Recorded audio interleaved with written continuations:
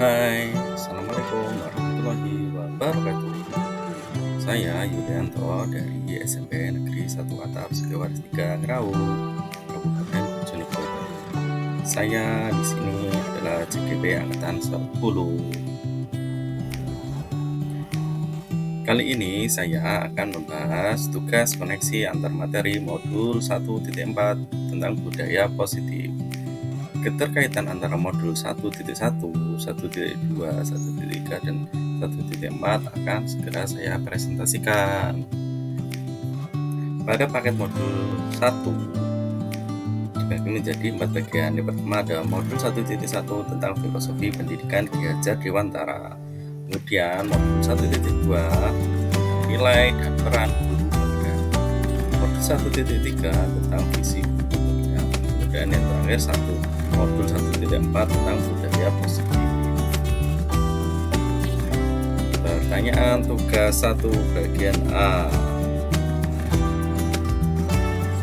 Tugas 1 pada bagian A, buatlah sebuah kesimpulan mengenai peran Anda dalam menciptakan budaya positif di sekolah dengan menerapkan konsep inti seperti disiplin positif, edukasi perilaku manusia, hukuman dan penghargaan, kemudian posisi kontrol restitusi, keyakinan sekolah atau kelas, segitiga restitusi dan keterkaitannya dengan materi sebelumnya, yaitu filosofi pendidikan nasional Ki Hajar Dewantara, nilai dan peran guru penggerak, serta visi guru penggerak. Jawaban tugas 1 bagian A. Jawaban tugas 1, kesimpulan mengenai peran saya dalam menciptakan budaya positif di sekolah. Seorang guru yang baik harus memiliki kemampuan dalam mewujudkan budaya positif di sekolah. Budaya positif tersebut dapat dijalankan dengan menerapkan konsep-konsep inti seperti disiplin positif, memahami motivasi perilaku manusia berkaitan dengan hukuman dan penghargaan, dan posisi kontrol seorang guru, membuat keyakinan sekolah atau kelas, dan penerapan segitiga restitusi dalam penyelesaian masalah. Yang pertama, disiplin positif. Tujuan dari disiplin positif adalah menanamkan motivasi pada murid-murid untuk menjadi orang yang mereka inginkan dan menghargai diri sendiri dengan nilai-nilai yang mereka percaya. Ketika murid-murid kita memiliki motivasi tersebut, mereka telah memiliki motivasi intrinsik yang berdampak jangka panjang, motivasi yang tidak akan terpengaruh pada adanya hukuman ataupun hadiah. Mereka akan tetap berperilaku baik dan berlandaskan nilai-nilai kebajikan karena mereka ingin menjadi orang yang memiliki nilai-nilai yang mereka hargai atau mencapai suatu tujuan mulia.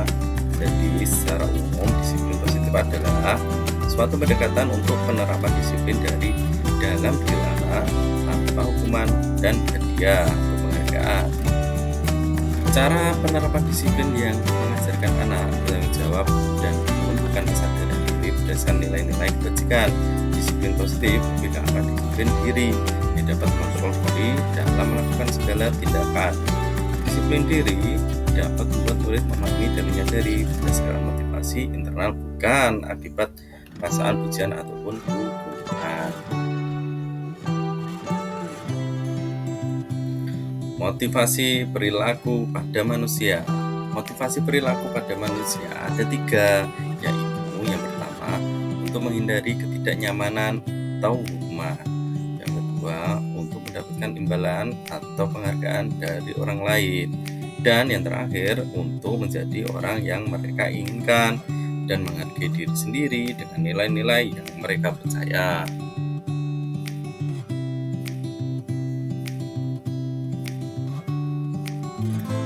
Motivasi perilaku manusia ini dibagi menjadi 2. Dari tahapan yang tadi ada 3. Jadi motivasi eksternal itu ada meliputi untuk menghindari ketidaknyamanan atau hukuman. Kemudian yang kedua untuk mendapatkan imbalan atau penghargaan dari orang lain. Motivasi internal itu untuk menjadikan orang yang mereka inginkan dan menghargai diri sendiri dengan nilai-nilai yang mereka percaya. Motivasi internal. Agar bisa terjadi motivasi internal, hindari hukuman dan pemberian penghargaan berlebihan agar meminimalisir motivasi eksternal dalam diri murid. Kemudian motivasi eksternal dalam menjalankan peraturan ataupun keyakinan kelas atau sekolah. Bila mana ada suatu pelanggaran, tentunya sesuatu harus terjadi. Tindakan terhadap suatu pelanggaran pada umumnya berbentuk hukuman atau konsekuensi. Alfikon ini menurut dia mengemukakan bahwa baik penghargaan maupun hukuman adalah cara-cara mengontrol perilaku seseorang yang menghancurkan potensi untuk pembelajaran. Sesungguhnya menurut Kohn, secara ideal tindakan itu sendiri adalah penghargaan sesungguhnya. Posisi kontrol guru. Ada 5 posisi kontrol menurut Diani Gosen. Yang pertama adalah penghukum, yang kedua membuat rasa bersalah, yang ketiga teman, yang keempat pemantau, dan terakhir adalah manajer. Menurut saya posisi kontrol yang paling baik diterapkan adalah posisi manajer. Fokus ada pada murid, bukan untuk membahagiakan guru atau orang tua. Di posisi inilah murid dapat menjadi pribadi yang mandiri, merdeka, dan bertanggung jawab atas segala perilaku dan sikapnya, yang pada akhirnya dapat menciptakan lingkungan yang positif, nyaman, dan aman. Kebutuhan dasar manusia. Ada 5 kebutuhan dasar manusia yang harus dipenuhi. Kalau salah satu ini kurang, maka berpengaruh pada peserta didik. Yang pertama adalah kebutuhan untuk bertahan hidup atau survival. Yang kedua ada kasih sayang dan rasa diterima atau love and belong. Yang ketiga ada kebebasan atau freedom. Yang keempat ada kesenangan atau fun. Dan terakhir ada penguasaan atau power. Seluruh tindakan manusia memiliki tujuan tertentu. Semua yang kita lakukan adalah usaha yang terbaik kita untuk mendapatkan apa yang kita inginkan. Ketika kita mendapatkan apa yang kita inginkan, sebetulnya saat itu kita sedang memenuhi satu atau lebih dari satu kebutuhan dasar kita. Maka sebagai guru, kita perlu mewakili kebutuhan dasar murid. Keyakinan kelas dan segitiga restitusi. Yang pertama, keyakinan kelas. Keyakinan kelas adalah nilai-nilai kebajikan yang diyakini oleh kelas untuk menumbuhkan motivasi intrinsik dan budaya positif di kelas. Guru berperan dalam mewujudkan terbentuknya keyakinan sekolah atau kelas. Keyakinan sekolah atau kelas berupa pernyataan-pernyataan universal yang mudah diingat dan dipahami dan harus diterapkan di lingkungan sekolah. Yang kedua ada segitiga restitusi. Restitusi adalah proses menciptakan kondisi bagi murid untuk memperbaiki kesalahan mereka sehingga mereka bisa kembali pada kelompok mereka dengan karakter yang lebih kuat. Restitusi juga merupakan proses kolaboratif yang mengajarkan murid untuk mencari solusi untuk masalah mereka dan membantu murid berpikir tentang orang seperti apa yang mereka inginkan menjadi tujuan yang mulia dan bagaimana mereka harus memperlakukan orang lain. Selain itu, segitiga restitusi adalah alur untuk menegakkan keyakinan bersama di dalam kelas atau sekolah. Ada 3 unsur segitiga restitusi, yakni yang pertama menstabilkan identitas, yang kedua validasi tindakan yang salah, yang ketiga menaikkan keyakinan.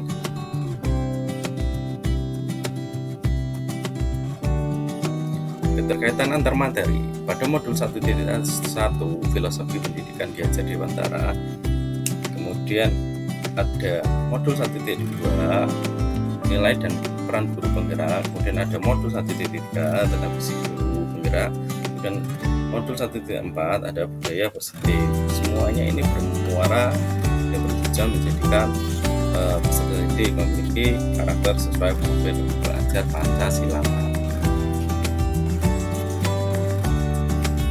Filosofi pendidikan diajar Dewantara menjelaskan tujuan pendidikan adalah menuntun segala kodrat yang ada pada anak-anak agar mereka dapat mencapai keselamatan dan kebahagiaan yang setinggi-tingginya, baik sebagai manusia maupun sebagai anggota masyarakat. Nilai dan peran guru penggerak. penggerak. Nilai guru penggerak ada 5. Pertama ada mandiri, reflektif, kolaboratif, inovatif, dan berpihak pada peserta didik. Sedangkan peran guru penggerak juga ada 5. Yang pertama menjadi pemimpin pembelajaran, yang kedua menggerakkan komunitas praktisi, yang ketiga menjadi coach bagi guru lain, yang keempat menjalin kolaborasi antara guru, yang terakhir adalah mewujudkan kepemimpinan murid. Visi guru penggerak. Visi guru penggerak harus mampu menjalankan nilai dan peran guru penggerak dalam mewujudkan profil pelajar Pancasila. Budaya positif. Dari tahapan-tahapan Bagja akan muncul pembiasan positif atau budaya positif. Untuk mewujudkannya diperlukan peran guru di dalam kelas, membentuk keyakinan kelas serta guru menerapkan sebuah restitusi dalam menangani permasalahan siswa dengan memposisikan dirinya sebagai manajer. Kesimpulan keterkaitan antar materi. Pertama, dari filosofi Ki-Hajar Dewantara, kita belajar bahwa seorang guru harus mampu menghadirkan pembelajaran yang berpihak pada murid dan menuntun murid sesuai dengan kodratnya. Selain itu, guru juga perlu memahami nilai dan perannya dalam mewujudkan pendidikan yang bermuara kepada terciptanya karakter profil pelajar Pancasila dalam diri murid. Yang kedua, agar dapat menjalankan peran sebagai pendidik yang baik, maka guru perlu memiliki visi. Sebuah visi akan tercapai bila terukur, konkret, sistematif, dan terencana. Maka dari itu, guru perlu mengembangkan pendekatan IA yang berbasis kekuatan dan membuat prakarsa perubahan melalui tahapan Bagja. Yang ketiga, jika tahapan-tahapan Bagja telah diimplementasikan, akan terbentuk budaya positif yang menimbulkan suasana nyaman dan aman bagi murid, sehingga kemerdekaan belajar murid akan terwujud dan tujuan pendidikan akan dapat tercapai. Dan yang terakhir, setelah mempelajari modul 1.4, peran yang dapat saya lakukan sebagai guru dalam menjalankan budaya positif adalah dengan menerapkan disiplin positif, menggunakan institusi, menempatkan diri sebagai kontrol sebagai manajer, dan membuat keyakinan sekolah atau kelas, serta menyelesaikan masalah dengan tahapan sebagai restitusi. Pertanyaan tugas 2 bagian B dan C. Tugas 2.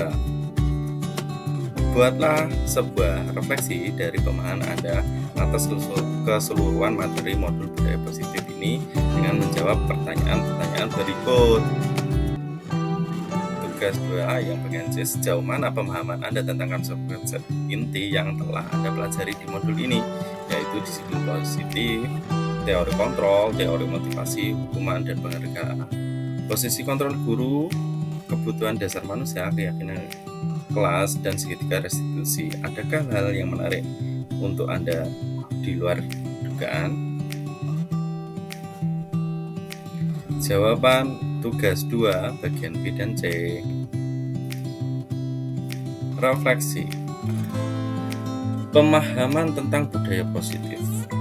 Saya sudah memahami konsep-konsep inti dalam modul budaya positif berkaitan dengan disiplin positif, teori kontrol, teori motivasi, hukuman dan penghargaan, posisi kontrol guru, kebutuhan dasar manusia, keyakinan kelas, dan segitiga restitusi. Seluruh konsep inti tersebut harus diresapi dalam diri, diwujudkan dalam tindakan, dan dibagikan kepada rekan guru di sekolah. Hal yang menarik dan di luar dugaan. Hal yang menarik bagi saya dan di luar dugaan adalah saat saya mempelajari motivasi perilaku manusia, berupa hukuman dan penghargaan, ternyata tidak efektif untuk menerapkan disiplin positif. Pendekatan yang lebih baik dilakukan dalam menerapkan disiplin positif adalah restitusi. Ada 5 posisi kontrol guru yang dapat dalam menangani siswa yang bermasalah. Saat ini, saya lebih banyak di posisi guru sebagai teman dan guru pemantau. Namun, posisi ini masih memiliki kekurangan. Kedepannya, saya akan selalu berusaha untuk menempatkan diri di posisi guru sebagai manajer agar motivasi intrinsik untuk menjadi lebih baik dalam diri saya. Pertanyaan dan jawab tugas 2 bagian D. Tugas 2, pertanyaan. Beban apa yang terjadi pada cara berpikir Anda dalam menciptakan budaya positif di kelas maupun di sekolah Anda setelah mempelajari modul ini? Jawaban tugas D. Beban yang terjadi adalah saya menyadari posisi kontrol yang biasa saya lakukan adalah sebagai penghukum dan pemantau.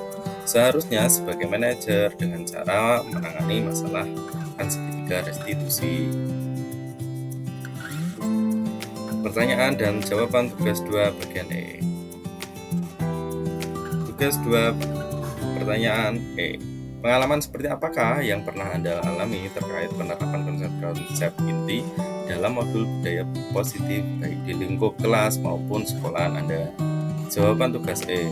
Saya mencoba menangani siswa yang makan di kelas saat jam pelajaran. Saya menggunakan langkah-langkah dalam segitiga restitusi, yaitu menstabilkan identitas, validasi tindakan yang salah, dan menanyakan keyakinan kelas.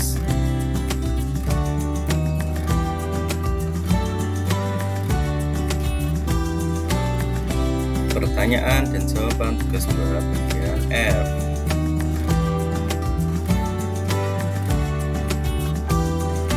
Tugas 2. Bagaimanakah perasaan Anda ketika mengalami hal tersebut? Jawaban tugas 2 bagian F. Saat mendapati siswa yang bermasalah, ada rasa amarah yang muncul. Namun, saya segera sadar bahwa amarah justru akan menambah masalah. Oleh sebab itu, saya menggali apa motivasi yang mendorong siswa untuk belajar. Saat siswa menyadari bahwa dia salah dan berupaya memperbaiki diri, saya cukup lega dan senang.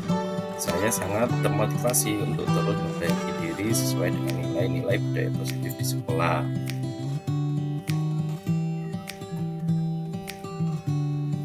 Pertanyaan dan jawaban tugas 2 bagian G.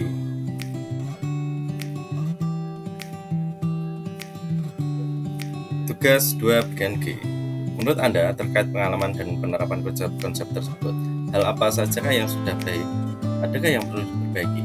Jawaban tugas G. Dalam penerapan segitiga restitusi, saya kurang di bagian menanyakan keyakinan. Itu kedepannya saya akan mengingat keyakinan kelas atau sekolah untuk bisa dipedomani saat menerapkan segitiga restitusi kepada siswa yang melakukan kesalahan. Pertanyaan dan jawaban tugas bagian H. Tugas 2 bagian H. Pertanyaannya, sebelum mempelajari modul ini, ketika berinteraksi dengan murid, berdasarkan 5 posisi kontrol, posisi manakah yang paling sering Anda pakai, dan bagaimana perasaan Anda saat itu? Setelah mempelajari modul ini, posisi apa yang Anda pakai, dan bagaimana perasaan Anda sekarang? Apa perbedaannya? Jawaban tugas H. Sebelum mempelajari modul 1.4, saya lebih banyak menempatkan diri di posisi guru sebagai teman dan pemantau. Perasaannya masih kurang puas karena siswa terkadang masih melakukan masalah yang sama atau berulang. Setelah mempelajari modul ini, saya akan memakai posisi sebagai manajer. Perbedaannya adalah dengan posisi manajer, siswa bisa menyadari masalah yang ditemukannya dan memberikan ruang kepada siswa untuk menyelesaikan masalah dengan solusinya sendiri.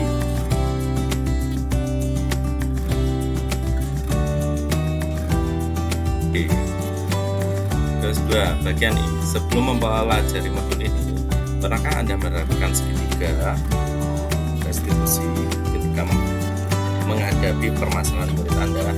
Jika iya, tahapan mana yang Anda praktekkan dan bagaimana mempraktekannya? Jawaban tugas 2 bagian I dan J. Jawaban tugas 2 bagian I dan J. Pernah, tapi belum menerapkan keseluruhan langkahnya secara lengkap. Saya menerapkannya di bagian menstabilkan identitas dan validasi tindakan yang salah. Nah, langkah yang belum saya laksanakan adalah menanyakan keyakinan karena belum ada pembentukan keyakinan kelas atau sekolah. Pertanyaan dan jawaban tugas 2 bagian K. Tugas 2 bagian K pertanyaan. Selain konsep-konsep yang disampaikan dalam modul ini, adakah hal yang lain yang menurut Anda penting untuk dipelajari dalam proses menciptakan budaya positif, baik di lingkungan kelas maupun sekolah? Jawaban tugas K. Hal lain yang penting dipelajari dalam proses menciptakan budaya positif adalah melakukan kolaborasi antara sekolah dan orang tua murid agar budaya positif ini jangan hanya dilakukan di kelas atau sekolah saja, namun juga di rumah agar menjadikan suatu kebiasaan atau karakter saat berada di lingkungan sekolah ataupun di lingkungan manapun. Terima kasih. Demikian hasil presentasi saya.